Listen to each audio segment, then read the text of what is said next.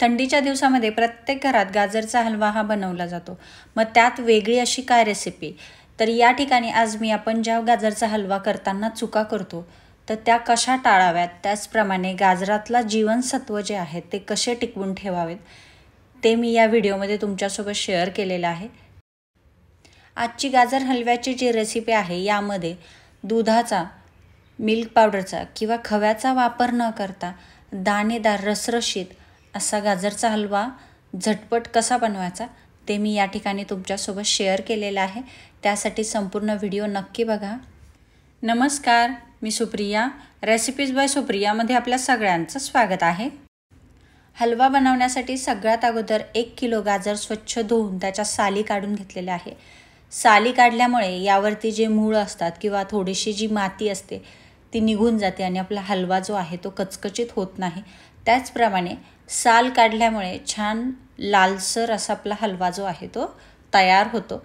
त्यानंतर या ठिकाणी देठाकडचा आणि सुरुवातीचा भाग जो आहे तो आपण काढून घेतलेला आहे.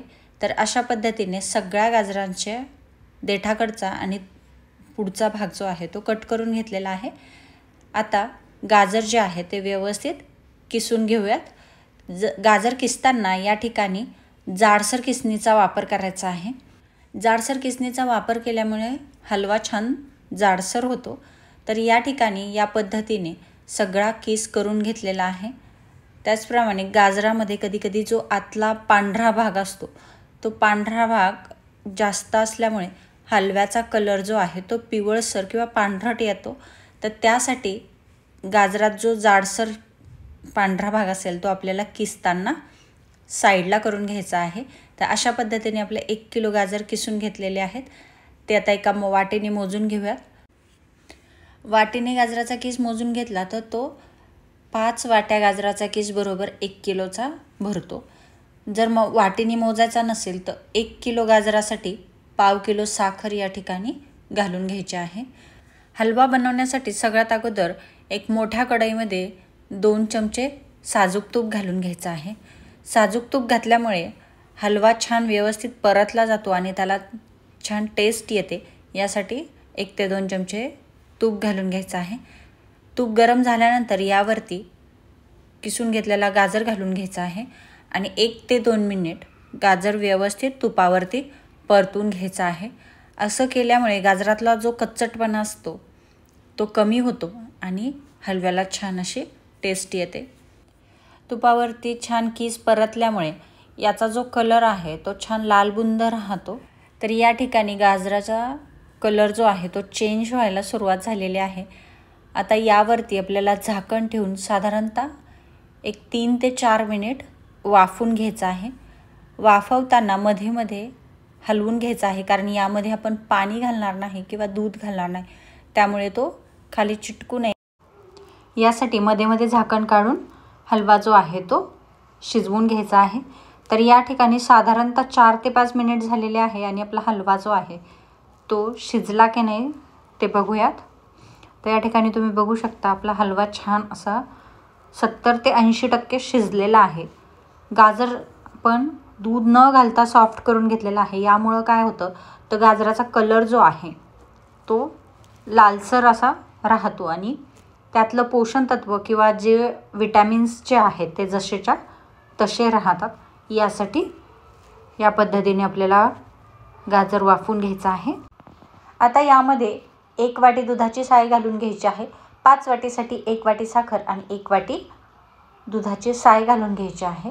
साई घातल्यामुळे हलवा पटकन एकजीव होतो आणि पाणी जास्त सुटत नाही, त्यामुळे आपला हलवा छान असा दाणेदार तयार होतो. साय घातल्यानंतर 1 मिनिटभर हलवा छान परतवून घ्यायचा आहे आणि मग लगेच यामध्ये 1 वाटी साखर घालून घ्यायची आहे. साखर व्यवस्थित मिक्स करून घ्यायची आणि यावरती झाकण ठेवून मीडियम टू हाय फ्लेमवरती हलवा जो आहे तो व्यवस्थित शिजवून घ्यायचा आहे. तर मीडियम टू हाय फ्लेम का ठेवायची, तर यामुळं काय होतं हलवा छान दाणेदार होतो आणि जास्त पाणी सुटत नाही आणि तो हलवा जास्त शिजला की त्यातले पोषण तत्व निघून जातात. यासाठी हलवा हा आपल्याला फुल गॅसवरती शिजवून घ्यायचा आहे.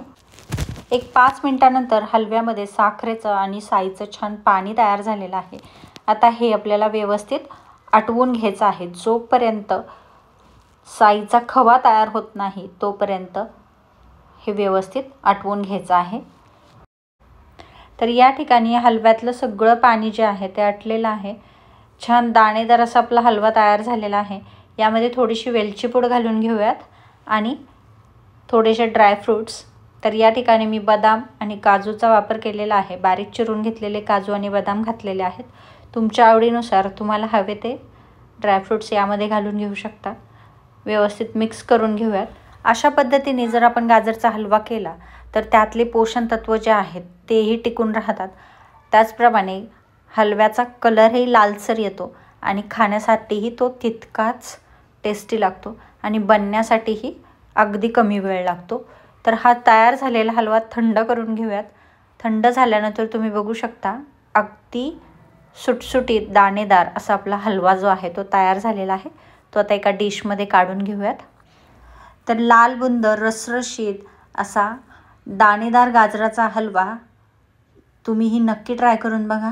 आजची आपली रेसिपी आवडली असेल तर नक्की करून बघा.